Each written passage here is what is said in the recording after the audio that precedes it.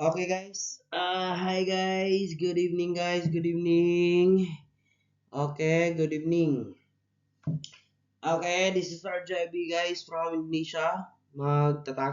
Mag-discuss na naman tayo ng bagong problems, guys, ng calculus.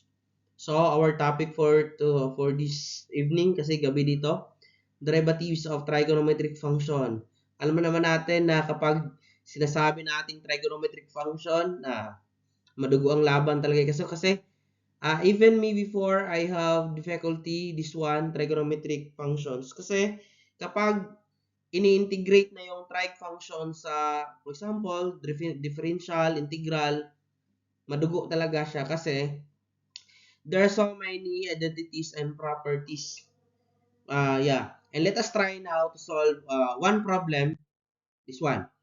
Y is equal to r cos x squared minus r sin x squared.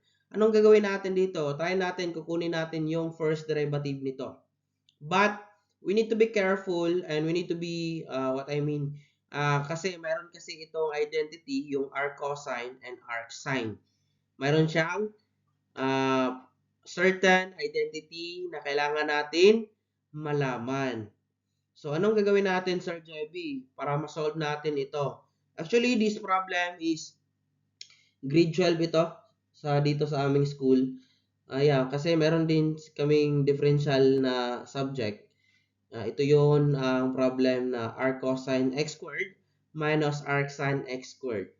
Nahirapan ng taong bayan dito, but actually this is very easy question kapag alam mo lang yung identity.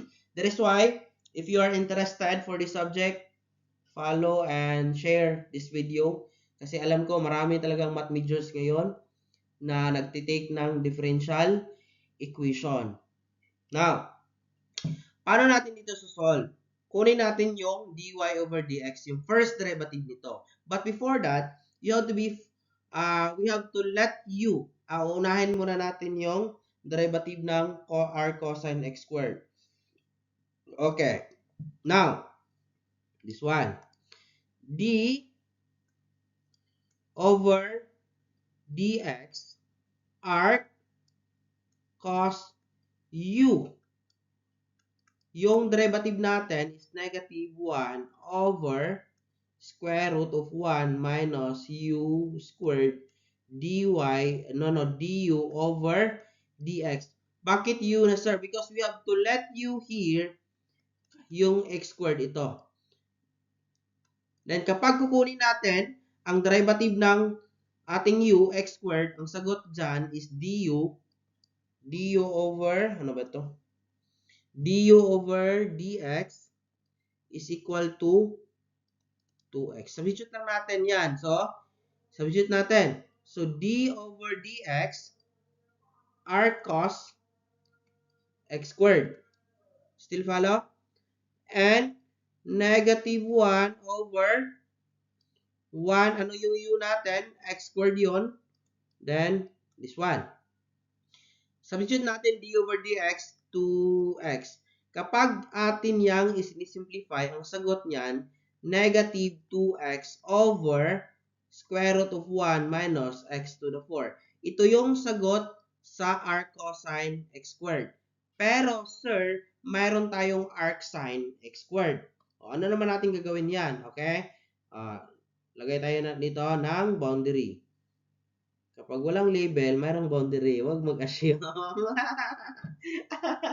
Okay? Now, ano naman yung arc sine? Arc sine? Sino nakakaalam nito?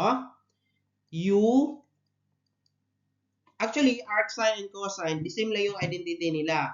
Pero dito sa arc cosine, mayroon siyang negative, ha? Pero dito sa cosine, arc sine,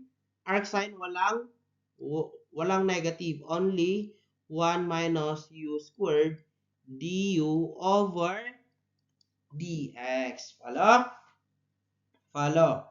And of course, the same as our cosine x squared, we have to let u here kasi meron din siyang x squared. Let u x squared. Kunin natin yung derivative ng du, ng u natin with respect to x, that is 2x. And the same again, very easy lang ito eh. At substitute lang natin Kagaya kanina, arc sine x squared 1 over square root 1 minus x squared then raised to 2 kasi then 2x. So anong sagot natin dito? 2x over square root of 1 minus x to the 4. 4 arc sine. Subtraction ito, subtract lang natin yan, yung dalawa na yan. Okay? Ano yung sa arc cosine? X squared. Ano yung derivative niya? Negative 2x ba yun? Over 1 minus x to the 4. Sa arc sine, 2x over 1 minus x to the 4. Subtract yun kasi yung original equation natin, ito, arc cos x squared minus arc sine x squared. Now, try natin i-subtract.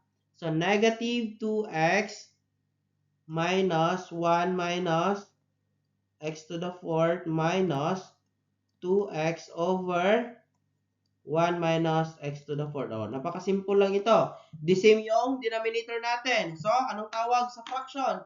Kapag meron ang what I mean?